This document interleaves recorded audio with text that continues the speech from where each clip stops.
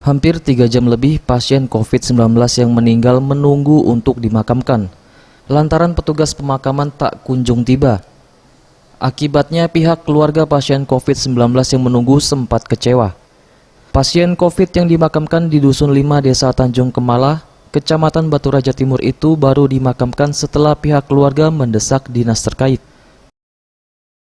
Darman Safei selaku koordinator tim pemakaman mengaku kewalahan dan meminta kepada Pemda Ogan Komering Ulu untuk menambah jumlah anggota tim pemakaman.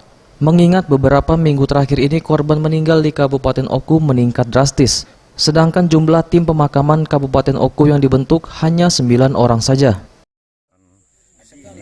Itu harus ada tim penapis, artinya ada 2 tim minimal.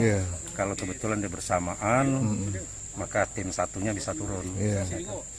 Kemungkinan masalah kelancaran perlengkapan, kayak ini kita kadang-kadang keteteran dari kayak baju APD, gitu kan, terus sarung tangan, masker, terus pixel. Nah ini maunya kita standby terus. Ini kayak seperti ini ada dua kali pemakaman, sehingga 1 kali ini ada tidak cukup. Dari tim 10 orang itu cuma 8 yang pakai baju. Jadi harapan ke depan ini tidak terjadi lagi. Harapan kita.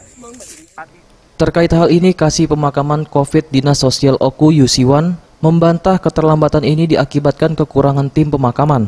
Ia mengatakan memang akhir-akhir ini korban meninggal karena COVID-19 bertambah setiap harinya, sehingga tidak ada jeda waktu petugas untuk memakamkan. Seandainya banyak nih kan, untuk sementara ini masih dua masih. Sehari? Iya, rumah sakit umum nih kan. Kalau tempo hari kan tidak, tempo hari itu kan seminggu paling tidak sekali, 2 kali kan.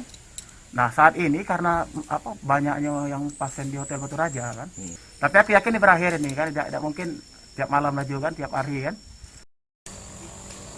Seperti diketahui, kasus korban meninggal di Oku beberapa hari terakhir meningkat. Beberapa rumah sakit termasuk rumah sakit khusus pasien COVID penuh.